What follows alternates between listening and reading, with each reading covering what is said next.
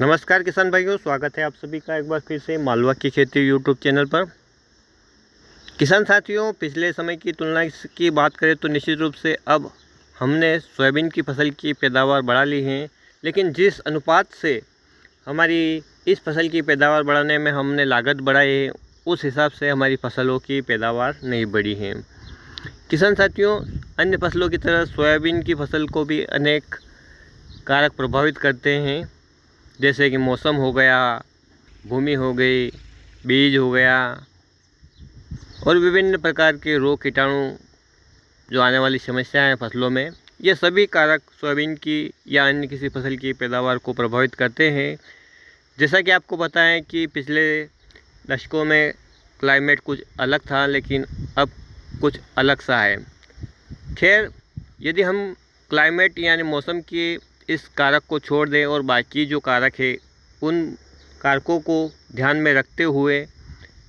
कुछ ऐसे कार्य करें जिससे कि हम अपनी सोयाबीन की या अन्य फसलों की पैदावार बढ़ा सकें, तो इस वीडियो में मैं आपको 1 से 2 कारक के बारे में बताऊंगा और बाकी कारक से आपकी फसल पे कितना फ़र्क पड़ सकता है ये आप अगले वीडियो में देखेंगे। तो किसान साथियों, जैसे रबी की फसल की कटाई होती है, आप अपने खेतों की जुताई करवा देते हैं। महीने 2 महीने खेत पड़े रहते हैं, गर्मी लगती है और उसके बाद फिर जैसे ही आपको लगता है कि अब बारिश आने वाली है, फिर से अपने खेतों की कल्टीवेटर से या जो ग्रीष्मकालीन जुताई होती हैं पलाऊ से, वो करवा देते हैं। लेकिन सबसे जो ज़रूरी बात है किसान साथियों, वो आपने शायद ही कभी किया हो या करवाया हो, खेत का मिट्टी परीक्षण। किसान साथी, जिस प्रकार से आप बीमार होते हैं या आपका स्वास्थ्य खराब होता है, तब आप डॉक्टर के पास जाते हैं। डॉक्टर के पास जाने के बाद डॉक्टर आपकी विभिन्न प्रकार की जांचें करता है और जांच की रिपोर्ट आने के बाद वो आपको विभिन्न प्रकार की दवाइयाँ देता है कि आपके शरीर में इस पोषक तत्व की कमी हो गई, इस विटामिन की, इस प्रोटीन की कमी हो गई, या इस तत्व की अधिकता हो गई, या आपके शरीर में आयरन की मात्रा बढ़ गई है या घट गई है, तो आपको ये फल खाना चाहिए या इस प्रकार की दवाइयों का सेवन करना चाहिए। मतलब वो आपके शरीर में सभी जो ज़रूरी पोषक तत्व है उनका बैलेंस बनाने के लिए आपको दवाइयाँ देता है। तो किसान साथियों,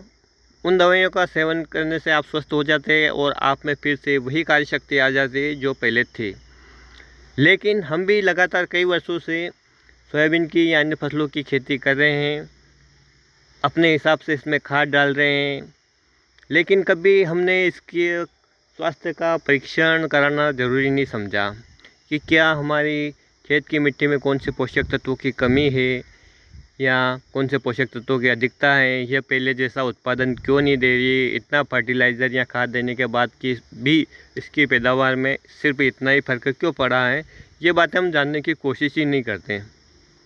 यदि आप अपने खेत का मिट्टी परीक्षण करवा लेते हैं तो आपको उसमें मौजूद हर पोषक तत्व, चाहे वो मेन पोषक तत्व हो, सेकेंडरी हो, चाहे मैक्रोन्यूट्रिएंट हो, सबकी मौजूदा स्थिति कितनी है ये आपको पता चल जाएगा। और जिस फसल की आप खेती कर रहे हैं उसके लिए इन पोषक तत्वों की आवश्यकता कितनी है। जब इस बात का आपको पता चल जाएगा कि हमारी ज़मीन में इन पोषक तत्वों की कमी है, तो उसी हिसाब से आप खर्चा करेंगे, क्योंकि ज़्यादा डालने से खेत तो मना नहीं करेगा कि आप मुझे 1 कट्टा खाद चाहिए, 2 कट्टा खाद चाहिए, ऐसा तो नहीं बोलेगा। तो आप ये जान लेंगे कि हाँ, बस मुझे इतना फर्टिलाइज़र या खाद डालने से ही वांछित परिणाम मिल जाएंगे, तो निश्चित रूप से आपके लागत में कमी आएगी। साथ ही साथ जो पोषक तत्व अधिक मात्रा में मौजूद हैं और यदि आप उनका फिर प्रयोग करते हैं, एक तो लागत में आपके बढ़ोतरी हो रही है, साथ ही साथ ये पोषक तत्व ऐसे होते हैं जो एक की अधिकता हो गई तो दूसरे की कमी कर देते हैं, जिसके कारण भी आपकी फसल की पैदावार में कमी आ जाती है, क्योंकि वो जो कम हो गए वो पोषक तत्व आपकी फसल को मिल ही नहीं पाएगा।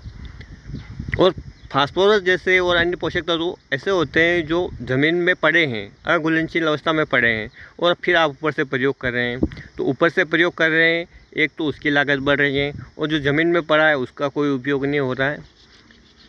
यदि आप केवल उसको घुलनशील अवस्था में ले आते हैं तो आपका वही काम हो गया जो आप ऊपर से दे रहे हैं, क्योंकि 100% खाद हमेशा आपकी फसल को मिलेगा ये तो गारंटी नहीं है। उसमें कुछ घुलक अघुलक रूप में भी रहता है। तो किसान साथियों, यदि आप अपने सोयाबीन की फसल की यानी किसी फसल की पैदावार बढ़ाना चाहते हैं तो सबसे पहले इस कारक को, खेत की मिट्टी परीक्षण अवश्य कराएं। इस कारक को मतलब आप 40% इसके ऊपर डिपेंड करता है कि आपकी फसल की पैदावार कैसी होगी। तो एक छोटी सी जानकारी किसान साथियों मैंने उचित लगी जो आपको बताई है। उम्मीद करता हूँ कि आपको पसंद आएगी। पसंद आए तो प्लीज़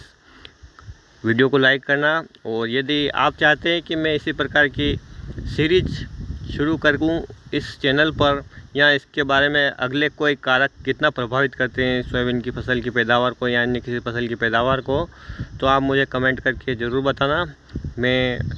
निश्चित रूप से आपको अपने हिसाब से जानकारी प्रोवाइड करने की पूरी कोशिश करूँगा। तो उम्मीद करता हूँ कि यह जानकारी आपको पसंद आएगी। तो चैनल को यदि आपने सब्सक्राइब नहीं किया तो चैनल को सब्सक्राइब कर लेना, और वीडियो को पसंद करना, अन्य दोस्तों के साथ शेयर करना, और मिलते हैं एक नए वीडियो में।